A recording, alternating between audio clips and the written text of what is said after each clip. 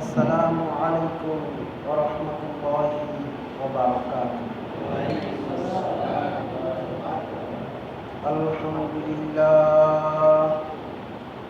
আলহামদুলিল্লাহি নাহমাদুহু ওয়া নাস্তাঈনুহু ওয়া নাস্তাগফিরুহু ওয়া নাউযু বিল্লাহি মিন শুরুরি আনফুসিনা من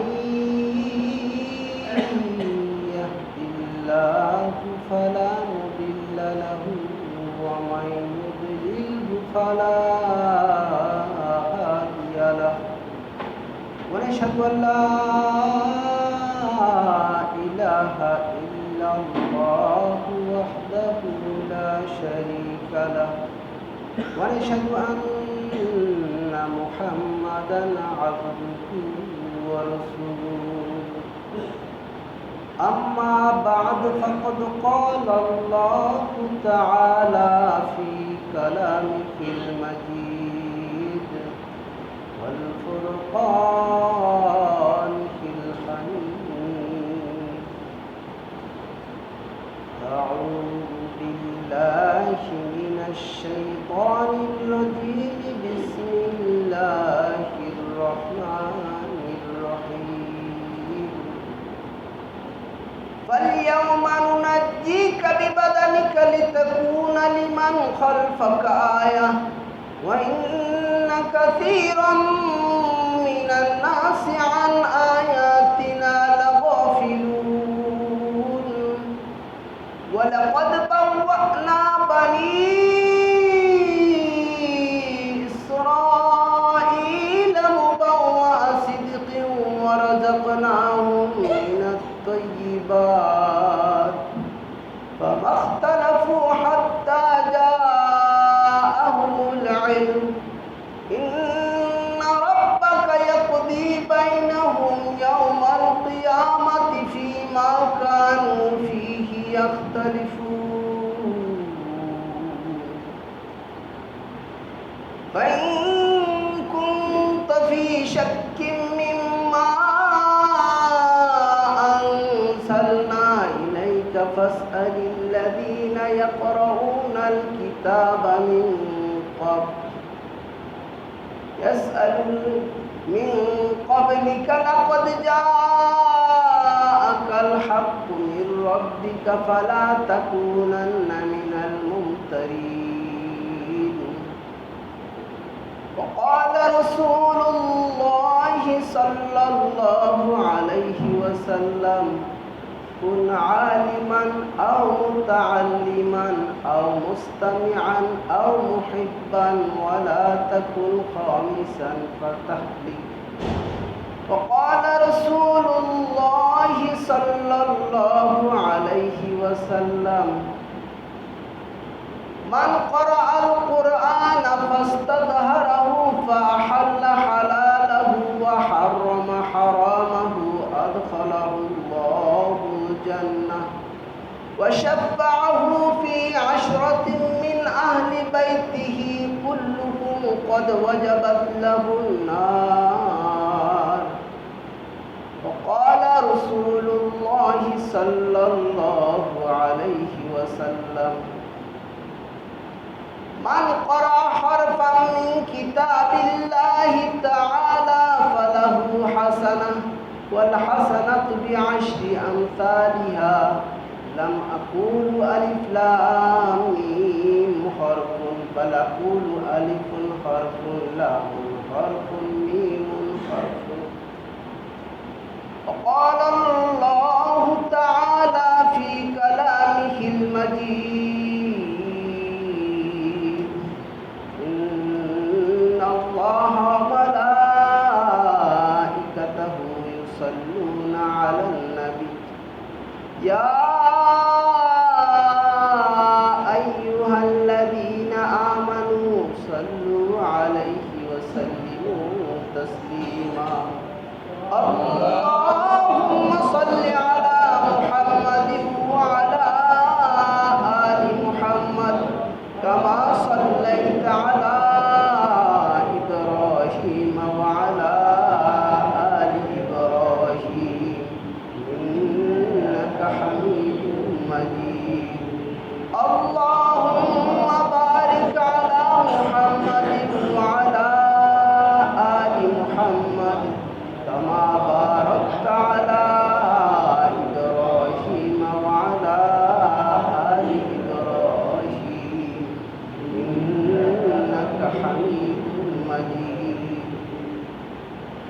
कोई तुझसे कुछ मांगता है इलाही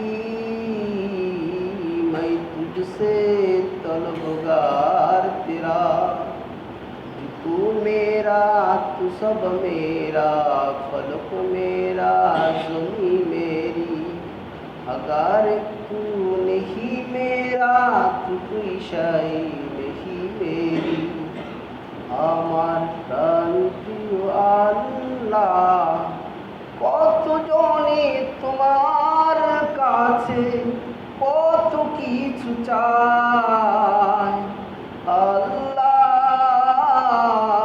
কাঙ্গালে চায় শুধু তোমার আল্লাহ তুমি আমার তো সবই আমার আকাশ আমার জমিন আমার আল্লাহ নব যদি তুমি আমার নাই কিছু এই কপাল পোড়ার আল্লাহ তুমি যদি মোর হও প্রিয় হে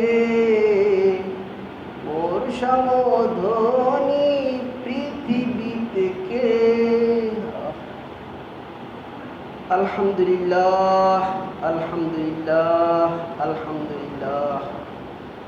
এখন আলহামদুলিল্লাহ কেন বললাম, এর কারণটা হলো এই জরিপে দেখা গেছে প্রতি সেকেন্ডে পুরো পৃথিবী থেকে প্রতি সেকেন্ডে 2 জন লোক মারা যায়, প্রতি মিনিটে 120 জন লোক মারা যায়, প্রতি ঘন্টায় 7,200 জন লোক মারা যায়, প্রতিদিন 1,72,800 লোক মারা যায়।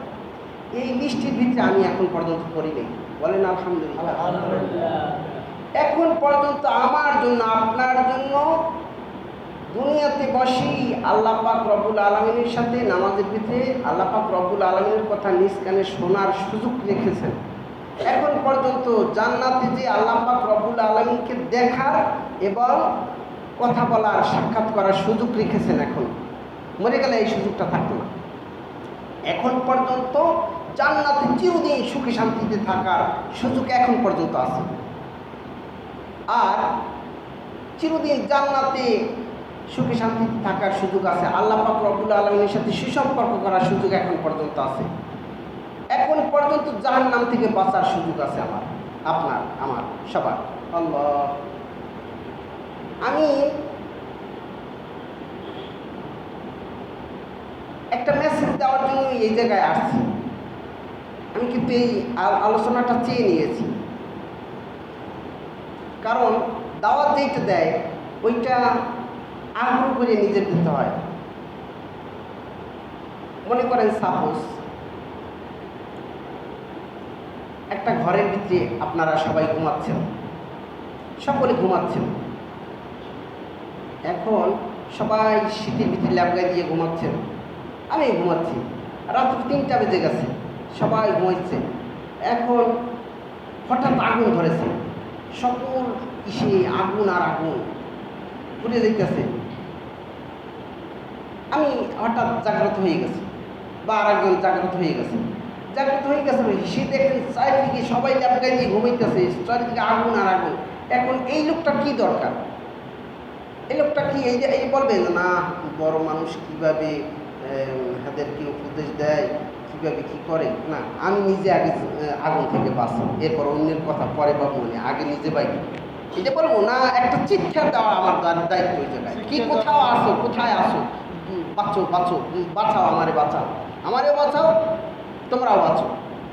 এই চিৎকারটা হয়েছে, এই চিৎকারটা দেওয়ার জন্য এই জায়গায় আসছে, নাকি এই জায়গায় সম্মান কামানোর জন্য, টাকা কামানোর জন্য এই জায়গায় আসবো নাকি? না না, চিৎকারটা দেওয়ার জন্য আসছি। কারণ আমার তো বেহাল অবস্থা, চিৎকারও দিতে জানি না। এখন ঘটনা হয়েছে জান্নাতে যাওয়া, জাহান্নাম থেকে বাঁচা, আল্লাহর সাথে দুনিয়াতে বসে নিজ কানে আল্লাহ পাক রব্বুল আলামিনের সাথে কথা নিজ কানে শ্রবণ করতে পারা, জান্নাতে যে আল্লাহর সাথে সাক্ষাৎ করতে পারা, চিরদিন জান্নাতে সুখে শান্তিতে থাকতে পারা, জাহান্নাম থেকে বাঁচতে পারা, একদম সহজ কাজ, একদম সহজ কাজ। শুধুমাত্র একটা কাজ করলেই হবে, শুধুমাত্র একটা কাজ করলেই হবে, আমার কাছে চ্যালেঞ্জ নিয়ে যান, যদি মোকাবেলা করতে পারেন কেউ করেন এই চ্যালেঞ্জের। একটা কাজ করতে পারলেই হবে, শুধু সেইটা কি করতে হবে, আমি আল্লাহ পাক রব্বুল আলামিনের সাথে সুসম্পর্ক করার জন্য কতটুকু চেষ্টা করার দরকার, আমার দুনিয়া পাওয়ার জন্য যতটুকু চেষ্টা করি, এতটুকু চেষ্টা করার পরে অর্থাৎ আল্লাহ পাক রব্বুল আলামিনের সাথে সুসম্পর্ক করার সঠিক পথ কোনটা ওইটা জানার জন্য অতটুকু চেষ্টা করব, দুনিয়া পাওয়ার জন্য যতটুকু চেষ্টা করব। এতটুকু চেষ্টা করার পরে আমার একটা বিবেক দান করবে আল্লাহ পাক। এলেম বাড়লে বিবেক দান করবে না, বিবেক বাড়বে না, বিবেক দান করবে, বিবেকের অপব্যবহার না করলেই হয়েছে, বাস শেষ। হে হিন্দু করে জন্মগ্রহণ করলেও সমস্যা নাই, ইহুদি করে জন্মগ্রহণ করলেও সমস্যা নেই, মুসলিম করে জন্মগ্রহণ করলে জিথায় জন্মগ্রহণ, সে এই ঠিকটা ফলো করলেই সে জান্নাতে চলে যাবে, আমার চ্যালেঞ্জ নিয়ে যাবে। বিবেকের অপব্যবহার না করলেই হবে। কিন্তু বিবেকের অপব্যবহার করার আগে তো আগে জানতে হবে, সঠিক পথটা জানতে হবে না। দুনিয়া পাওয়ার জন্য যতটুকু চেষ্টা করতে আছে, আল্লাহকে আল্লাহর সাথে সুসম্পর্ক করার জন্য অতটুকু চেষ্টা করার দরকার না, নাই আল্লাহকে পরে রাখেন, তাইলে হবে। যদি হিন্দু বেটা সেও যদি এইটা ফলো করে, সেও মুসলমান হইতে বাধ্য। কারণ সমস্ত কিতাব কোরআন ছাড়া, সমস্ত কিতাব কোরআন হাদিস ছাড়া পূর্বের যত কিতাব সব বিকৃত হয়ে গেছে। আল্লাহর যত কিতাব আছে বিকৃত হয়ে গেছে না, বিকৃতি করলেও আল্লাহ ওই কথাটা বিকৃতি করতে দেয় নাই, যেই কথাটার মাধ্যমে ও ইসলাম গ্রহণ করার জন্য সাহায্য করবে, যেই কথাটা সেটা বিকৃত করতে দেয় নাই। হিন্দুদের বেদের ভিতরে পাইবেন একং ব্রহ্মাদিতাং নাস্তি নেহেনা নাস্তি কিঞ্চন, এটা পাইবেন। অর্থাৎ আমরা কালেমায় বলি যেটা আল্লাহ বাদী কোনো মাবুদ নাই, অর্থাৎ আল্লাহ ব্যতীত আমার ইবাদত পাওয়ার উপযুক্ত কেউ নাই। ওদের বেদের মধ্যে লেখা আছে একং ব্রহ্মা, একক আল্লাহ, দ্বিতীয় নাস্তি, দ্বিতীয় কোনো নাই, মাবুদ নাই, ইবাদত পাওয়ার উপস্য কেউ নাই, উপযুক্ত কেউ নাই। নেহেনা নাস্তি কিঞ্চন, নাই নাই কিঞ্চিত পরিমাণ নাই। এরপরে আর এক জায়গা আছে, ঋগ্বেদে আছে, এটা বলতেছে না তো আস্তি প্রতিমা আস্তি, বলতেছে যে আল্লাহর কোনো স্রষ্টার কোনো প্রতিমা হয় না, ভাস্কর্য হয় না, মূর্তি হয় না। ওদের কিতাব ওদেরকে মূর্তি পূজা করতে নিষেধ করে, তারা ও কিতাব মানে কারণ পারি না, কিতাব 80% 90% হিন্দু পারে না, বেদ করতে পারে না, সংস্কৃতি ভাষা তো বেদ করতেই পারে। আর মুসলমানদের 80% মুসলমানরা কোরআন সহিভাবে পড়তে পারে, অর্থ বুঝবে তো দূরের কথা। আরে আল্লাহ, এতটুকু চেষ্টা দুনিয়া কামার জন্য যতটুকু চেষ্টা করি, আল্লাহ পাক রব্বুল আলামিনের সাথে সুসম্পর্ক করার সঠিক পথ কোনটা, ওইটা সঠিক পথ কোনটা ওইটা জানার জন্য অতটুকু চেষ্টা করলেই হবে। আল্লাহ পাক তো মানুষের বাহ্যিক সিরাত সুরাত সম্পত্তি আর ডিগ্রি দেখেন না, আল্লাহ পাক দেখেন মানুষের অন্তর, যে আমার কত পার্সেন্ট ভালোবাসা, ওইটা দেখেন। এই ভালোবাসার পরীক্ষার জন্যই আমাকে সৃষ্টি করছেন, ভালোবাসার পরীক্ষা করার জন্যই আমাকে সৃষ্টি করছেন। এখন ঘটনা হইল, প্রথম কাজ কি, আল্লাহ পাক রব্বুল আলামিনের সাথে সুসম্পর্ক করার সঠিক পথ কোনটা ওইটা জানার জন্য অতটুকু চেষ্টা করতে হবে, দুনিয়া পাওয়ার জন্য যতটুকু চেষ্টা করি। এই চেষ্টার অংশ হিসাবে এখন কিছু বলতে আসি। রাসূল করিম সাল্লাল্লাহু আলাইহি সাল্লামের প্রধান কাজ ছিল 4টা। রাসূল করিম সাল্লাল্লাহু আলাইহি সাল্লামের প্রধান কাজ ছিল কয়টা? 4টা। দাওয়াত, তালিম, তাজকিয়া, জিহাদ। দাওয়াত, তালিম, তাজকিয়া, জিহাদ, এই 4টা কাজ ছিল রাসূলের। 4টা কাজ একসাথে পারবেন না, একসাথে পারবেন না। আমি ডাক্তার, ইঞ্জিনিয়ার, উকিল সব একসাথে হতে পারবেন?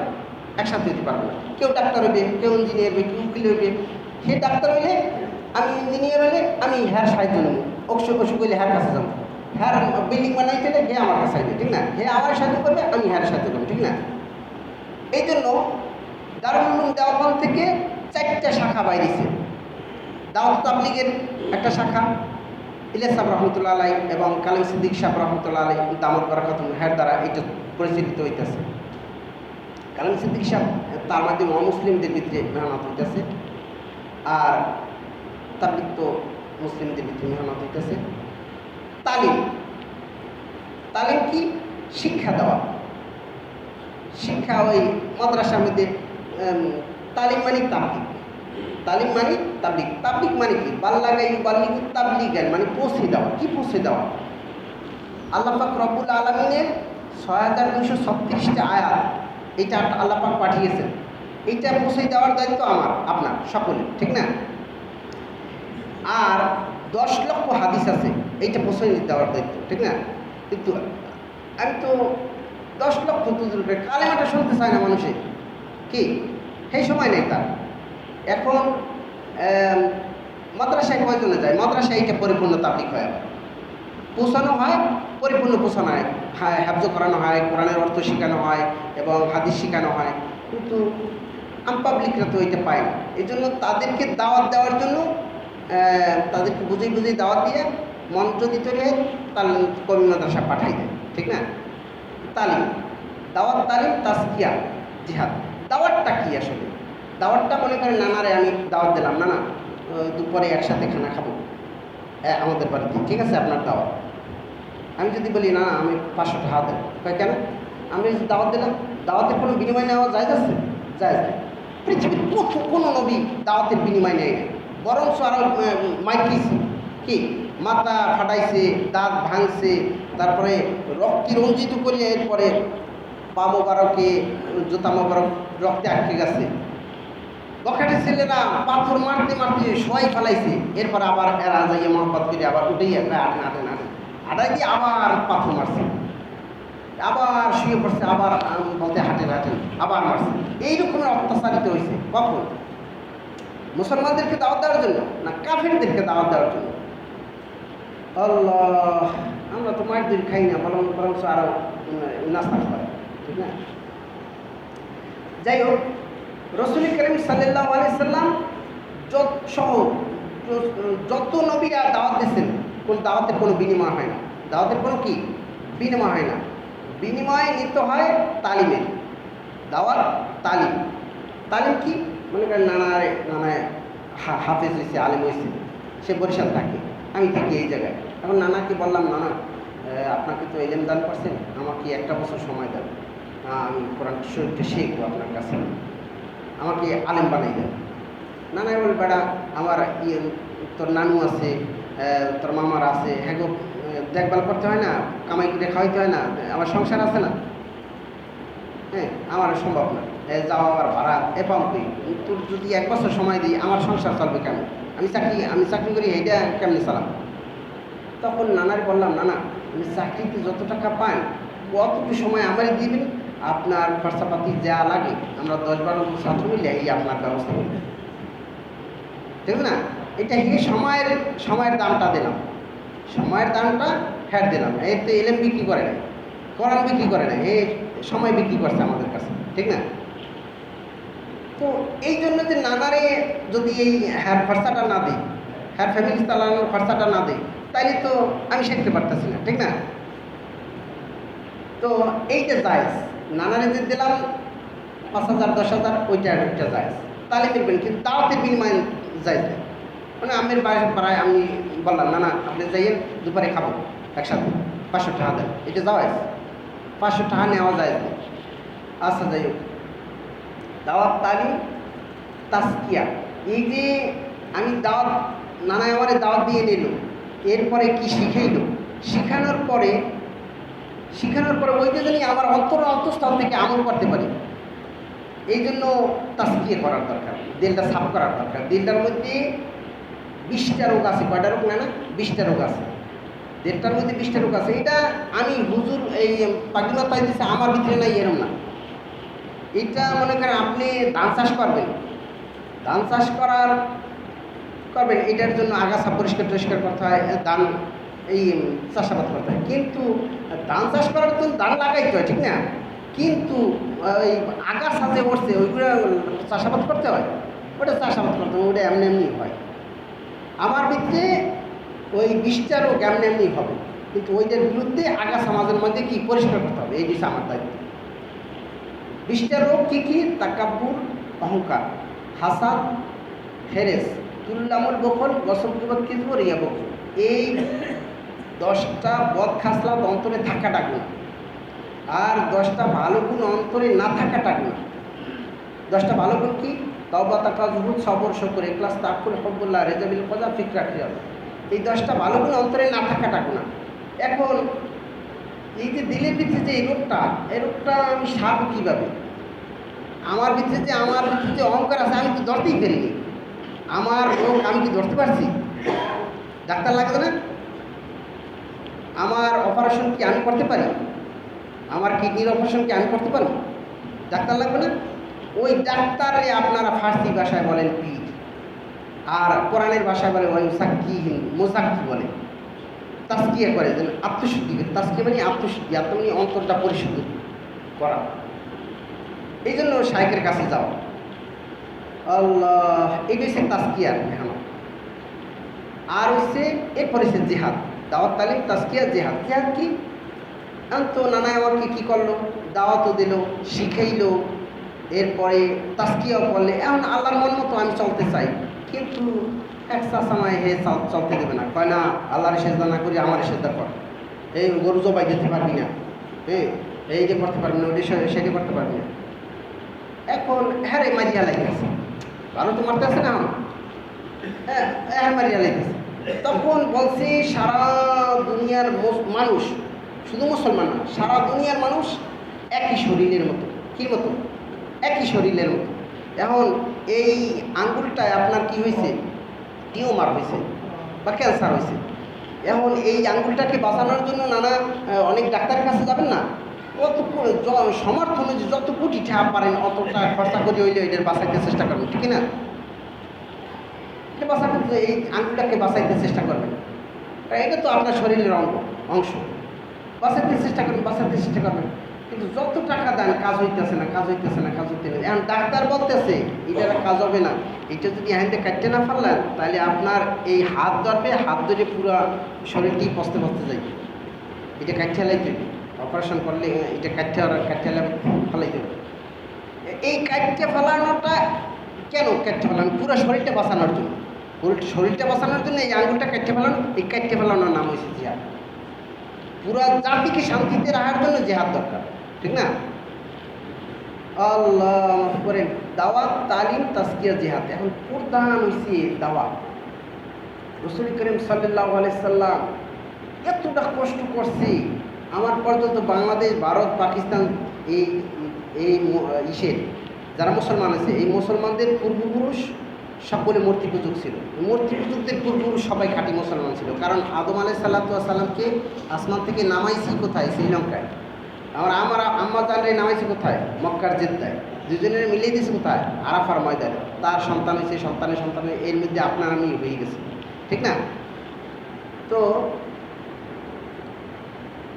এই দাওয়াতটা দেখেন, এটা কত গুরুত্বপূর্ণ। আসল তো দাওয়াত, রসুলের যে দাওয়াতটা সেইটা আমার ভিতরে নাই। কেমনি নাই? রসুল করিম সাল্লাল্লাহু আলাইহি সাল্লাম সহ পৃথিবীর এমন কোনো লোক আছে যে মুসলিমকে মুসলমান হওয়ার জন্য দাওয়াত দিচ্ছে? মুসলিমের জন্য দরকার তালিম। কি দরকার? ঈমান বাড়ানোর তরবিয়ত দরকার, তালিম দরকার। আর অমুসলিমের জন্য দাওয়াত দরকার। কার জন্য? অমুসলিমের জন্য। রসুল যে দাঁত ভাঙছে, মাথা ফাটাইছে, রক্তাক্ত করছে, এ কি মুসলিমরা না অমুসলিমরা? অমুসলিমের কাছে দাওয়াত নিয়ে গেছে, এই জন্যই তো তারা এই অত্যাচার করছে। এরপরে রাসূল করিম সাল্লাল্লাহু আলাইহি ওয়াসাল্লাম তাকে বলছেন, আল্লাহ কি বলছেন? কাফেররা বলছে, হে মুহাম্মদ, আপনি সব করেন, যা ইচ্ছা তাই করেন, কিন্তু একটা কাজ করবেন না, দাওয়াত দেবেন না। আপনি কি প্রয়োজনে আমরা দেশের বাদশা বানিয়ে দেব, আপনি যদি চান দেশের বাদশা বানিয়ে দেব, আপনি যদি চান প্রয়োজনে আপনার শ্রেষ্ঠ ধনী বানিয়ে দেব, আপনি যদি চান প্রয়োজনে আপনাকে শ্রেষ্ঠ সুন্দরী বিবাহ করিয়ে দেব, আপনি যদি এরপরে দাওয়াত দিতে শুরু করেন তাহলে আপনাকে জবাই দিয়ে দেব। রাসূল করিম সাল্লাল্লাহু আলাইহি সাল্লামের উত্তরটা আমাদের লিখে রাখার মতো। রাসূল করিম সাল্লাল্লাহু আলাইহি সাল্লাম বলছেন, রাসূল করিম সাল্লাল্লাহু আলাইহি সাল্লাম বলছেন কি? দেখো, এই 4টা কাজ তোমাদের পক্ষে করা সম্ভব।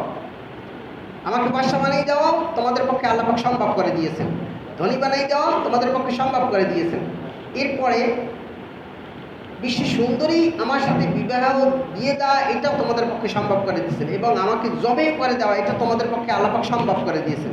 কিন্তু যেই বিষয়টা তোমাদের পক্ষে অসম্ভব, অর্থাৎ আমার এক হাতে যদি চাঁদ আইনে দেওয়া এটা তোমাদের পক্ষে অসম্ভব, এক হাতে সূর্য এনে দেওয়া এটা তোমাদের পক্ষে অসম্ভব, আমার এক হাতে চাঁদ আর এক হাতে সূর্য যদি এনে দাও তারপরে আমি এই দাওয়াতের কাছ থেকে পিছপা হব না, পিছপা হব না। কারণ তোমাদের এই বাদশাহী, তোমাদের এই বড়লোকি, তোমাদের এই সুন্দরী মেয়ে এটা হচ্ছে কয়েকদিনের।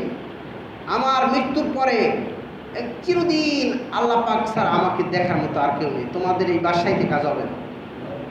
হ্যাঁ, তো দেখেন এতটা কষ্ট করার পরে দেখতেছেন এরপরে যাকে যাকে মুসলমান হইতেছে দাওয়াতি কাজ করতেই আছে। তারা রাসূল করিম সাল্লাল্লাহু আলাইহি সাল্লামকে শিয়াবে আবু তালেবের মধ্যে 3টা বছর বন্দী রাখছেন, 3টা বছর বন্দী রাখছেন। এমন বন্দী যে জেলখানায় গেলে তো কিছু খাওয়ান টাউন দেয়, কিন্তু ওখানে কোনো খাওয়ান এক চুল পরিমাণ কোনো খাওয়ান দেয় না। সে কি খাইছে? গাছের পাতা খাইছে, আর পাতা পাতা টয়লেট করছে, একবার না দুইবার না 3টা বছর ধরে এরকম গাছের পাতা খাই দিচ্ছে। এত কষ্ট। এরপরে আল্লাহ পাক রব্বুল আলামিন ওই জায়গা থেকে মুক্তির ব্যবস্থা করছেন। মুক্তির ব্যবস্থা করছে পরে, অর্থাৎ রাসূল করিম সাল্লাল্লাহু আলাইহি ওয়াসাল্লামের এত কষ্ট দেখা অনেক গোত্র মানে নাই, খাই এত কষ্ট দেওয়া ঠিক না। এরপরে অনেক অনেক গোত্র মানে নাই। তারপরে ওই যেটা চুক্তিনামা এটা গেছে গুলিতে খাইয়া শ্বাস করিয়া গেছে, চুক্তিনামাই। এরপর তাই মুক্তি করে দিয়েছে আল্লাহ পাক। এরপরে রাসূল করিম সাল্লাল্লাহু আলাইহি সাল্লামকে আমাদের আরও বেশি মুসলমান হইতেছে হ্যাঁ দাওয়াতে। তখন কাফেররা কী করলো? তার বাড়িকে ঘেরাও করলে জবাই দেওয়ার ব্যবস্থা করলো, রাত্রে এসে ঘেরাই করছে। ঘেরাও করছে পরে আলী রাদিয়াল্লাহু তাআলা বাসার ভিতরে ছিল। তখন তারা প্র্যাকটিস বাজে কয় রাত্রে মারে কাপুরুষরা, আমরা দিনে মারব, কাফেররা বলতেছে আমরা দিনে মারব, রাত্রে ঘেরাও দিয়ে রাখছে। আল্লাহ রাসূল কী করছে? আলী রাদিয়াল্লাহু তাআলা বিছানায় শুয়াই দিয়ে সে কিছু বালু হাতে নিয়ে মারছে। আল্লাহ পাক কী করছে? সবাই সহে লাগাই দিচ্ছে, হ্যাঁ চোখ জ্বলতেছে। এদিক দিয়ে আল্লাহ রাসূল সামনে দিয়েছিল, এই গেছে কোথায়? মদিনায় হিজরত করতে গেছে। এই রাসূল এত কষ্ট না করলে আমি মুসলমান থাকতাম কিনা আল্লাহই জানে, ঠিক না? রাসূল এত কষ্ট করার পরে ওই মক্কা থেকে আমার আদি পিতা আদম আলাইহিস সালামের ইসলাম ধর্মে আমার পুনরায় ফিরে আসা সহজ হয়ে গেছে, ঠিক না? এখন ঘটনা হয়েছে কি, আমাকে তো হিন্দুর ঘরে পাঠাইতে পারতো, ঠিক না? আমি মুসলমানের ঘরে পাঠাইছেন কা? এটা আল্লাহ পাক নিজে বলছেন, কুনতুম খায়রা উম্মাতিন উখরিজাত লিন-নাস তা'মুরুনা বিল মা'রুফি ওয়া তানহাউনা আনিল মুনকার ওয়া তু'মিনুনা বিল্লাহ। বলছে তোমরা শ্রেষ্ঠ উম্মাত, উখরিজাত লিন-নাস, তোমাদেরকে বাইর করা হয়েছে এই জন্য, তা'মুরুনা বিল মা'রুফ ওয়া তানহাউনা আনিল মুনকার, তোমরা মানুষের কল্যাণের জন্য তোমাকে বাইর করা হয়েছে। অর্থাৎ তুমি মানুষকে জাহান্নাম থেকে বাঁচানোর ফিকির করবা, জান্নাতে নেওয়ার ফিকির করবা। এই শুধু এইটার জন্য আমাকে মুসলমান ঘরে পাঠাইছে। আল্লাহ মাফ করেন। তো ভাই সময় তো শেষ, একটা মেসেজ শুনে রাখেন, একদম লিখে রাখতে পারেন। আপনি আমি এই যে এখন সাক্ষাৎ করলাম না, জান্নাতে যে খোদার কসম আপনার সাথে আমি সাক্ষাৎ করতে পারবো একটা কাজ করলি, সেটা কি? দুনিয়া পাওয়ার জন্য যতটুকু মেহনত করি, আল্লাহ পাক রব্বুল আলামিনের সাথে সুসম্পর্ক করার জন্য অতটুকু মেহনত করার পরে একটা বিবেক আসবে। বিবেকের অপব্যবহার না করলেই হয়েছে। না, শিশুদের কোনো জাহান্নাম আছে? জাহান্নাম। কারণ কি? ওরা বিবেকের অপব্যবহার করে না। কেন করে না? অবিবেক নেই, অপব্যবহার করবে কি? শিশুদের কোনো জাহান্নাম নেই। পাগলের জন্মগত যে পাগল, ওইটার কোনো জাহান্নাম নেই। কারণ কি? ওর বিবেকের অপব্যবহার করে না। বিবেক নেই, অপব্যবহার করবে। আমি যদি বিবেকের অপব্যবহার না করি, আমার কি জান্নাত দেবে? আল্লাহ কি জানেন? এত সহজ কাজ, এইটা কেন সারা করতেছি? যেই জিনিসটা বেশি জরুরি মানুষের, ওই জিনিসটা আল্লাহ কত সহজ করে দেয়। মনে করেন হীরা না হইলে কি আমি মরবো? হীরা মণিমুক্তা এটা না হইলে মরবো না, এইটার দাম বাড়াই দিছে। এর থেকে একটু বেশি জরুরি স্বর্ণের দাম একটু কমাই দিছে। এর থেকে বেশি জরুরি কি? খাওনের দাম আরও কমাই দিছে। এর থেকে বেশি জরুরি পানির দামে একদম মাগনা করে দিছে। কি? এর থেকে বেশি জরুরি অক্সিজেন ছাড়া আমি 2 মিনিট থাকতে পারবো? আমার কিনতেও না, ধরতেও না, সেলতেও না, বলতে হয় না, এমনি পাওয়া যায় মাগনা। কি কিনতে হয়? অক্সিজেন। এটা বেশি জরুরি, এই জন্য মাগনা করে দিয়েছে। এর চেয়ে 1000 গুণ বেশি জরুরি আমার ইমানটা। এর চেয়ে বেশি জরুরি কি? 1000 গুণ বেশি জরুরি আমার ইমানটা। ইমানটা সকলেই কুল্লু মাউলুদিন ইউলাদু আলাল ফিতরাতি, পৃথিবীর সকল শিশু ইসলামের উপরে জন্মগ্রহণ করে, ইসলামের উপরেই জন্মগ্রহণ করে। এখন যদি আমি এই শ্বাসটা যদি গার্ভজমি করিয়া নিতে না চাই, তাহলে আল্লাহ কি আমারে আইয়া জোর করে শ্বাস দিলেই?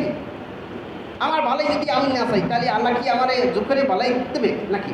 মনে করেন আমি বলি না শ্বাস নিব না, বন্ধ করে থাকি, যদি আল্লাহ কি জোর করে এই করবে? জোর করে করবে না, কারণ নিজের ভালোই নিজে না চাইলে। ঠিক তদ্রুপভাবে আমি যদি জান্নাতে না চাই, আমার বিবেক মতো কাজ না করি, তাহলে কি আল্লাহ তো থাকে নাই? মনে করেন নমরুদ, ফিরআউন, সাদ্দাত, কারণ তাদেরকে হেদায়েত দিল না কেন? তার অহংকারের কারণে সঠিক পিছিয়ে বসছে, তারপরে বিবেক অনুযায়ী কাজ করে না। অহংকারের কারণে আল্লাহর কাছে চায় না চাইলে আল্লাহ পাক দেয় সাধারণত দেয়। যদি দিয়ে দেয়, তাইলে নমরুদ, ফিরআউন, সাদ্দাত, কারণ যখন জাহান্নামে জ্বলবে, তখন বলবে না আল্লাহ, তখন বলবে না যে আল্লাহ আমি চাই নাই, আমাকে হেদায়েত দেয় না, তখন ও চাই নাই, পরে হেদায়েত দিলা কেন? এটা বলবে না, এইটা বলবে। সুতরাং আমার চাইতে হবে, সঠিকটা আল্লাহর কাছে চাইতে হবে। আল্লাহ হক কি বোঝার মানার তৌফিক দান করবে, বাস শেষ। হক আমার দিয়ে বেশি বুঝে কেটা? আল্লাহ পাক রব্বুল আলামিন হক কি বোঝার মানার তৌফিক দান করে। আমি যদি ভালো জিনিস খারাপ জিনিসটাকেও ভালো মনে করলে খাই, আমি বুঝি নেই, আমার গুনাহ হবে না। কিন্তু বোঝার পরেও যদি আমি ওইটা খাই, ওই হারাম জিনিসটা খাই, তাহলে আমার গুনাহ হবে। তো আলহামদুলিল্লাহ, সর্বশেষ কথা, আমরা কি করতে চাই? আমি সাক্ষাৎ করতেছি না, আবার জান্নাতে যাই সাক্ষাৎ করতে চাই না। জান্নাত কোথায়? ঠিকানা দিয়ে দিই। আমি এখন এই ঠিকানা দিয়ে দিতেছি, আপনি যাওয়ার পরে ওইটা যদি দেখতে না পারেন, আমার এই জবাই দিতে পারেন। 4-5 জন লোক জান্নাত দেখে আসছে। 1 নম্বরে হয়েছে আমাদের নবী মুহাম্মদ সাল্লাল্লাহু আলাইহি ওয়াসাল্লাম মেরাজে গেছিলেন না? মেরাজ কোথায়? আমাদের বাড়ি পাঁচদুয়ারে? না, এটি 7 তবক আসমানের উপরে আরশ মহল্লার নিচে যে জান্নাত বানিয়ে রেখেছেন, ওইটাকে ঘুরিয়ে দেখে আসাকে মেরাজ বলে। ওই জায়গার থেকে আবার আমাদের জন্য জান্নাতের চাবি নিয়ে আসছেন। চাবি কি? আসসালাতু মিফতাহুল জান্নাহ, নামাজ বেহেশতের চাবি। নামাজ 5 ওয়াক্ত নামাজ মেরাজের আগে ছিল না, মেরাজ থেকেই নিয়ে আসছেন 5 ওয়াক্ত নামাজ। না, আপনার আদি পিতা আদম আলাইহিস সালাম, আমার আদি পিতা আদম আলাইহিস সালাম, হাওয়া আলাইহিস সালাম, তাদের কোনো মা বাবা ছিল? তাদেরকে বানাইছি আল্লাহ পাক ওই জান্নাতের ভিতরে। একজনকে নামাইছে শ্রীলঙ্কা, আর একজন নামাইছে মক্কার জেদ্দায়। দুজনকে আরাফার ময়দানে মিলেই দিয়েছেন। এই জন্য আরাফার ময়দানের নামই হয়েছে আরাফার ময়দান। আরাফার ময়দান শব্দের অর্থে পরিচয় পাওয়ার ময়দান। কেন? আব্বা আম্মার লগে পরিচয় হয়েছে 300 বছর পরে ওই জায়গায়। তো ওই জায়গায় পরিচয় হয়েছে। এখন আমরা এই সন্তান হয়ে গেছে। আমার এখানে পাঠাইছে কেন? আমরা তো জান্নাতে ছিলাম, আপনিও ছিলেন, আমিও ছিলাম, কিন্তু কিছু মনে নাই। কারণ কি? দুনিয়াতে আসার পর মায়ের কোন স্তন থেকে দুধ খেয়েছি, হ্যাঁ মনে নেই। জান্নাতে যা কইছি আল্লাহ লাগে, হ্যাঁ মনে নেই আমার। তো এইটি স্মরণ করাই জন্য যুগ যুগ নবীদেরকে পাঠান। হ্যাঁ, তো আমরা আবার ওই জায়গায় জান্নাতে যাই শরীক হইতে পারবো কীভাবে? ওই জায়গায় আবার একাত্রে আবার একটু আগে নানা লাগে মোসাফা করলাম না, আবার ছোটার কসম জান্নাতে যাই মোসাফা করতে পারেন খালি একটা কাজ করলে স্রষ্টার সৃষ্টিকে পাওয়ার জন্য যতটুকু মেহনত করি, স্রষ্টাকে পাওয়ার জন্য অতটুকু মেহনত করার পরে একটা বিবেক আসবে, বিবেকের অবকরণ না করলেই হবে। আসসালামু আলাইকুম ওয়া রাহমাতুল্লাহি ওয়া বারাকাতুহু।